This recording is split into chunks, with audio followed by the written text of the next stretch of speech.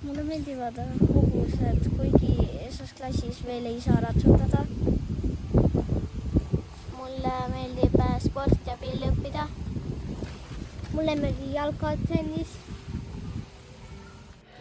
Kõige rohkem mulle meeldib Ruila koolis see, kui ma tulen hommikul tööle ja saan oma kolleegide, sõpradega mõnusalt kohvi juues vestelda, arutada. Ma tean, et kõik on alati sõbralikult meelestatud ja me saame koos alati kõiki probleeme arutada.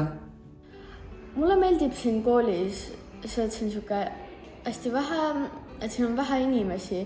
Mitte see, et siin on vähe inimesi, aga et siin on nagu väga hubane ja tore seltskond.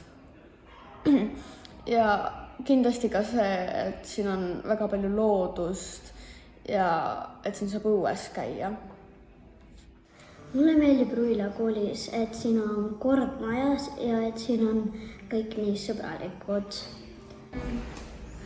No meile meeldib siin koolis, et see on esiteks väike kool ja see on tore ja sõbralik kool.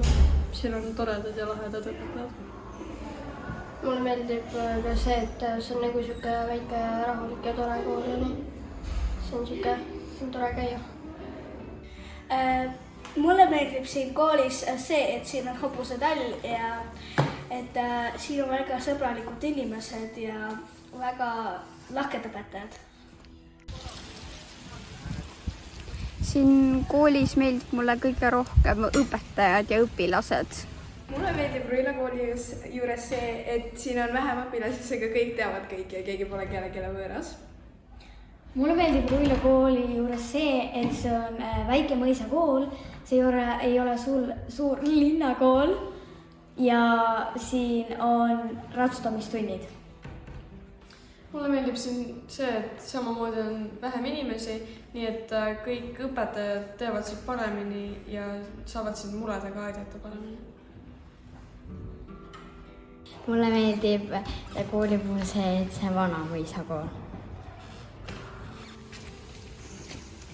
Nii, selle kooli kohta, et siin on hästi palju ruumi, saab hästi palju joosta ja trenni teha. Mulle meeldib siin koolis väga palju, et sõpradega saab olla ja siis rääkida koos teistega ja niimoodi. Ehk et nagu sotsiaalselt nagu rääkida koos teistega, nagu tema siin. Mis meile meeldib? Mulle väga meeldib see käsitöötund. Käsitöötunnis me saame mõelda välja, mida me saame seal ise teha. Meil on praegu viltimine ja mulle väga meeldivad kooliõppised ka.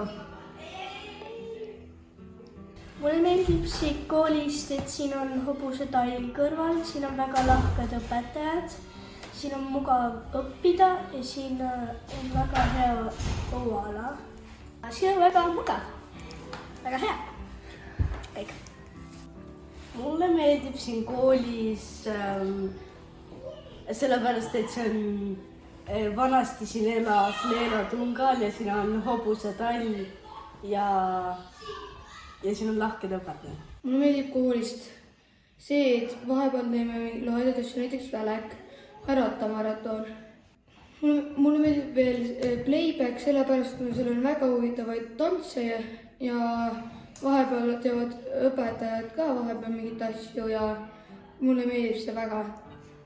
Jaoks on Ruila kooli juures eriliselt lahe see, et minul kui õpetajal näiteks on, ma tean kõiki 170+ lasteaialapsi nimepidi.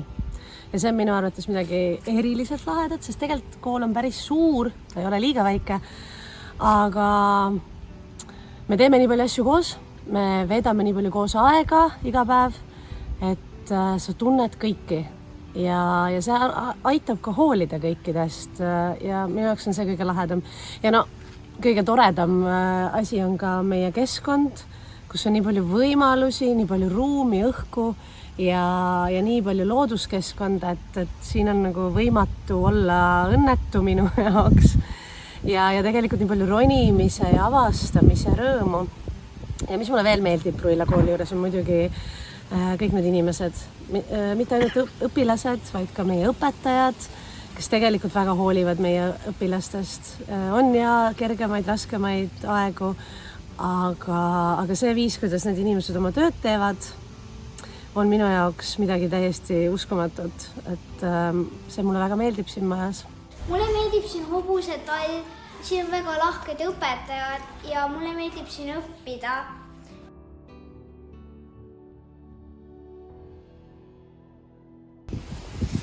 Et labürindis oleks, labürindi keskel oleks purkaev.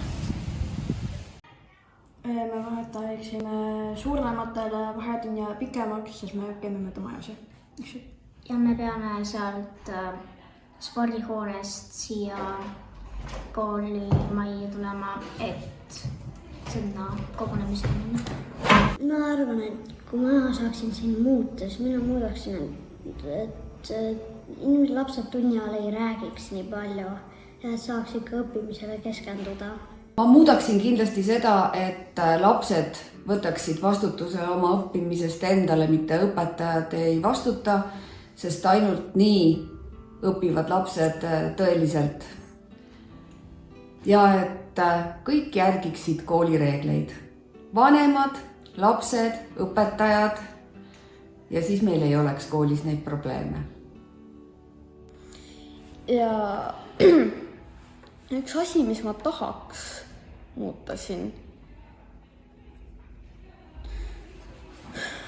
Ma isegi ei sooviks midagi muuta. Siin on kõik väga hästi.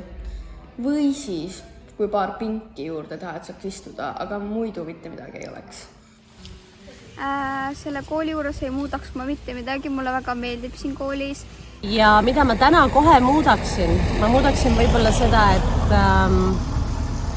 et mingeid päevi võib-olla võiks alustada vähe hiljem, et teismelistele natukene mõnusamaks selle hommiku teha. Ja võib-olla ma muudaks ka paindlikumaks selle, kuidas me õppepäeva üles ehitame, aga me peame aru saama ju tegelikult, et meie töötamine on seotud hästi palju sellega, kuidas ümbritsev elu käib, et see kõik ei ole nii võimalik, aga kui oleks võimalik, siis ma võib-olla teeksin selle õppepäeva kuidagi paindlikumaks ja võib-olla nagu õpilasest rohkem lähtuvaks. Ega seda täna veel ei saa teha, aga ma teeks, kui saaks. Kooli juures ei muudaks ma mitte midagi. Mina võib-olla muudaks, et igas klassis oleks selline naljade seinalaadne asi, mis meil siin on. Ja et seda uuendataks tihemini. Minu arust on Ruila kool ka päris hea, et ma ei muudaks ka siin midagi. Koolivormi mitte kanda. Mulle ei meeldi see, et koolis juuakse toitu kogu aeg ja võiks teha toitu koha peal. Siin ei ole mitte midagi pole vaja vahetada, siin on kõik perfektne.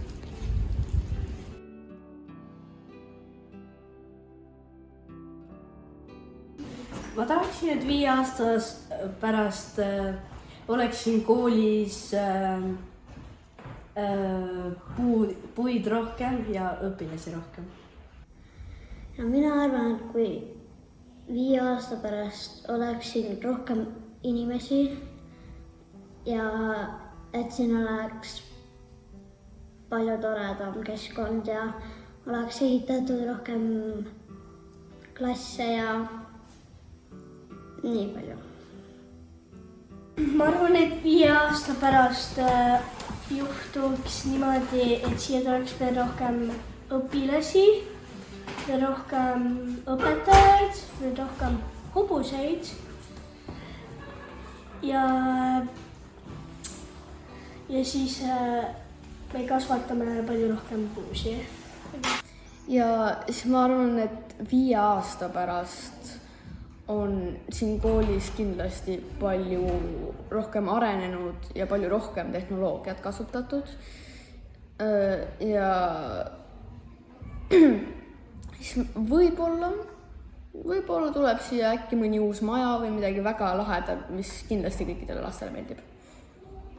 5 aasta pärast juhtuks niimoodi, et siia tuleks uusi hobuseid, siis õpetajad tulevad uusi ka õpetajaid, siis tulevad veel ka uusi klassi neid kaaslasi.